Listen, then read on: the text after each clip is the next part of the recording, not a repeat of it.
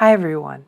As promised, we have excerpted the Tom's 20 Questions part of the February 2021 The Nutritionist Farm Tour with Dr. Tom Tylutki into a standalone short. It would be great to say this was pre-planned, but in reality, I forgot to start the recording session in both webinars.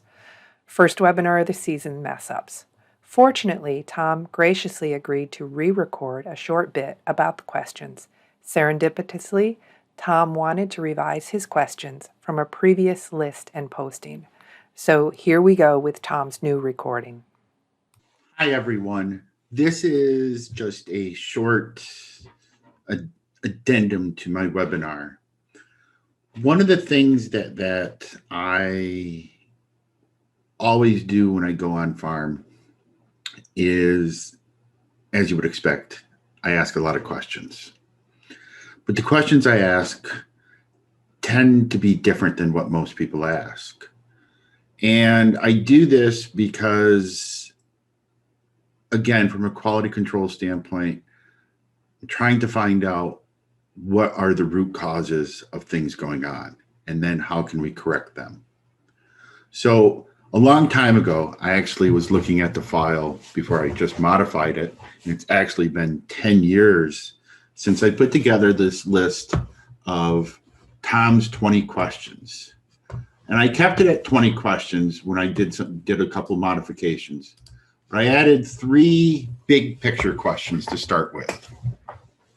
And I've run across this, doing this on multiple places around the world. And it's always fun doing it with a translator, because by the time we're on the 4th or 5th farm, and they're like, okay, what are you gonna start talking about with the farm? And I just look at them and they look at me and they're like, oh yeah, okay. So I always start out with asking farms, why are you in the dairy business? I'm trying to get an idea of what their mission is. Then I ask them, where do they see the farm in 20 years, 25 years? Trying to get an idea of their vision. What would they like to see changed or accomplished on the farm? 5-year time frame, 10-year time frame, trying to get some longer term goals. And then to do something quick impact wise, what are 2 or 3 things that you see happening today that are concerning to you? What problems? What's broke now? And then as I go through the rest of these questions, and we'll get this updated list on the website, there's nothing in here about how much milk are you giving? What's the milk per cow? That's an output. Tell me about your calves. Are you doubling birth weight by 49 days? Tell me with first calf heifers, what is the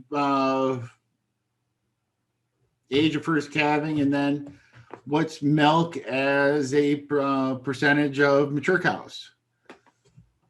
For every 100 cows that calve, how many are sold or died within the first 3 test days?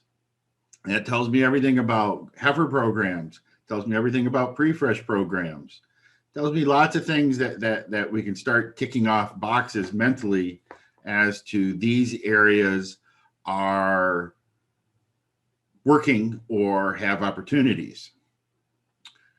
So again, these are just real quick, big picture questions that you can derive a lot of detail out of. And feel free to use them, feel free to modify them, but look at them, because it really is all about trying to identify and then correct not only underlying problems, root cause analysis, but then ensuring that the recommendations that we're making to our farms fit within their goals and objectives. Because if we can make all sorts of recommendations, but if the farm doesn't agree with them mentally, they won't get done, and then everyone gets frustrated. Hope you all are having a great day, and we'll be talking to you soon. Bye. The PDF of Tom's revised 20 questions is available to AMTS license holders through our Ruminations blog posting referenced in the video description below.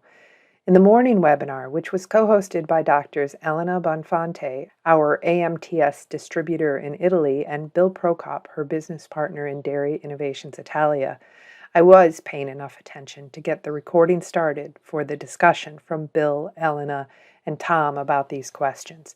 That is here. Tom, Yes. before we leave this particular area of discussion, I'd love to have some insight from Elena and Bill, given that they're doing quite a bit of consulting. How does this list relate to what you look at? And not to take away from what you're going to talk about in August, but Bill and Elena, but what are your thoughts on Tom's list, or maybe some things that you look at in particular? Al, do you want to go first, or do you want me to go first? As you prefer, Bill. You are the boss. Oh, since when? Oh, I love that. Till we get off the air. I'll start because.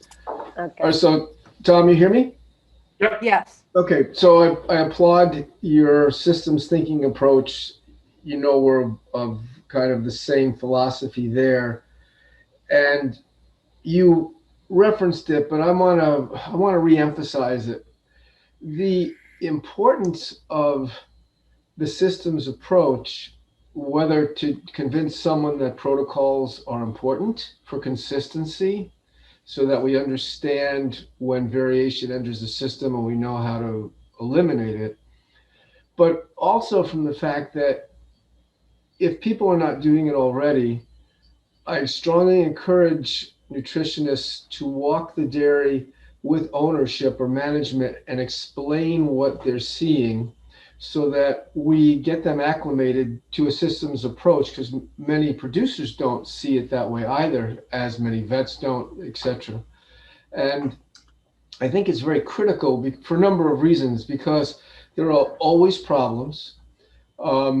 Our sustainability professionally is incumbent upon us to make sure ownership is aware that we recognize the problems and that we have a plan in place and that we have contingency plans as to if we're wrong about our assumptions or what we think is first limiting is not first limiting, that we have another way to go. And this is for two reasons, because every day somebody knocks at the door of a dairy that's trying to sell magic. And magic is always much easier than management changes.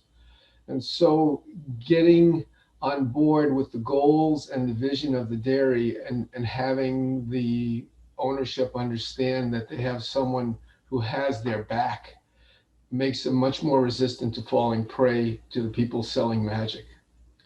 And so, and again, I just wanted to throw that in there and emphasize that when we walk dairies, Ellen and I, we want to try to educate and be very didactic with our producers. You're working with a very elite dairy, but this type of education is very important for many producers because they've never necessarily had this perspective explained to them.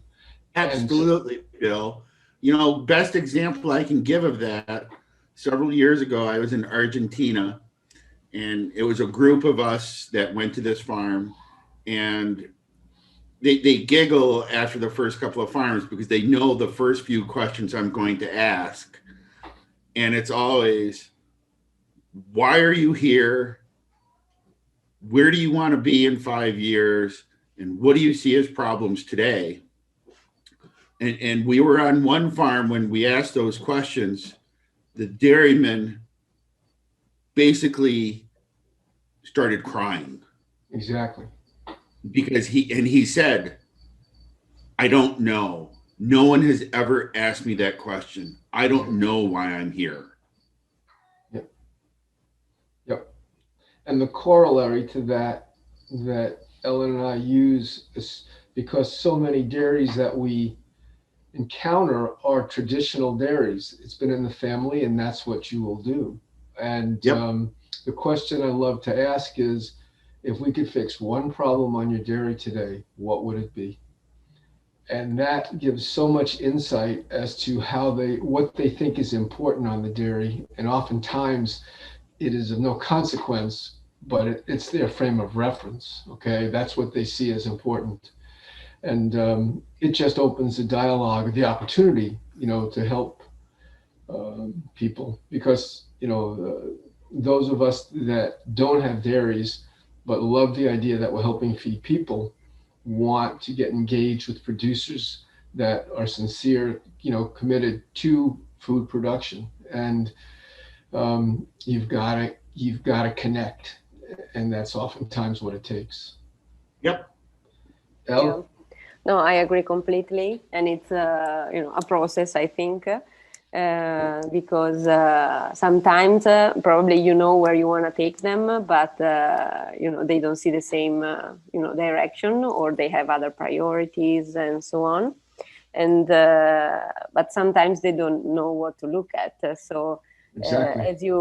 as you have put it on your list, Tom, which I perfectly agree on. It's a matter of find probably 3 or 5 numbers that they can record for starters, and then increase the list little by little. Otherwise, you are gonna lose them. So Yeah. Our ultimate goal is to teach. I mean, right or wrong, that's what it all comes down to. Because once we educate them and they understand our value, the value that we bring, and so Right. that's our mission. We're not just another number cruncher that Nope. No, that's Yeah. easy. That's easy. That's right. Bob. Okay. Yeah, thank you both, all three of you. And I think that's kind of clear in why we have these webinars, is that we want to try to teach. We hope you enjoyed this focused discussion. I have provided a link to the complete February 2021 Tylutki Nutritionist webinar below in the video description.